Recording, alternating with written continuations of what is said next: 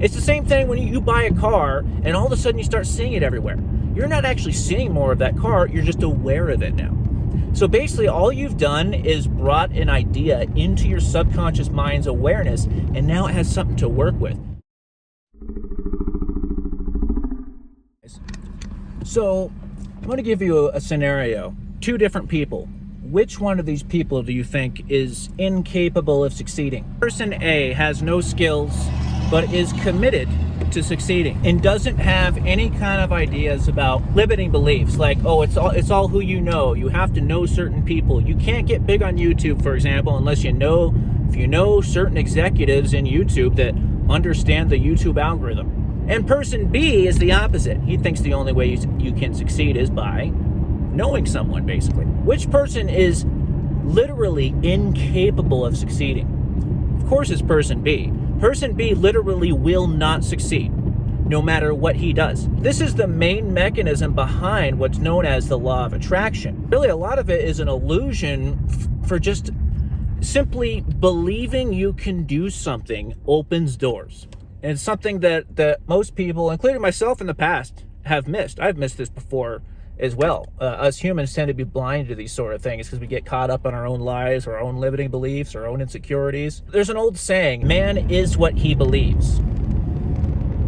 What you think becomes reality. When you believe in a possibility, doors open to you. Because what happens is, most people don't realize that your subconscious mind is 10,000 times as powerful as your conscious mind. It controls everything. Okay, it stores every single memory you've ever had. Every single experience you've ever had is stored in there. Every single thing you've ever learned and forgotten is in your subconscious mind. You just don't have conscious awareness of it, but your subconscious does. Your subconscious is extremely powerful.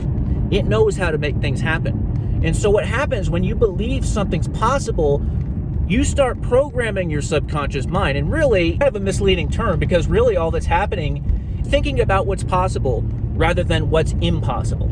If you're constantly reminding yourself that something's not possible, your subconscious mind has nothing to work with. So if you're giving your subconscious mind something to work with, suddenly you start noticing things. It's the same thing when you buy a car and all of a sudden you start seeing it everywhere. You're not actually seeing more of that car, you're just aware of it now.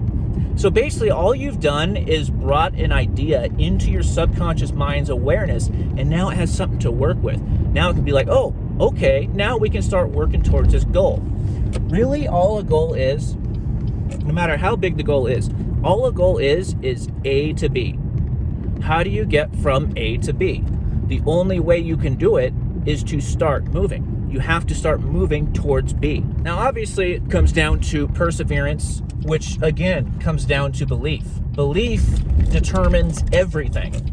If you don't have the faith and the belief that you're capable of something, you're never gonna get through the inevitable setbacks that everyone experiences. Ask any person who's achieved anything great. They've gone through incredible setback to the point where they wanted to give up multiple times. The difference between people who actually do it and succeed and people who don't is the people who succeed keep trying. They pick themselves back up and they try something new. Thomas Edison famously said, his critics were saying, you failed 1,000 times. He's like, no, I haven't failed 1,000 times. I've found 1,000 ways that don't work. So each time you find something that doesn't work, you're one step closer to your goal. So every time you fail, you should see it as just stepping up one more step towards your goal. You're basically a little bit farther towards your goal. Really, you should see failure as a stepping stone. I know you probably heard that a million times. It's sort of a cliche at this point, but it really is true.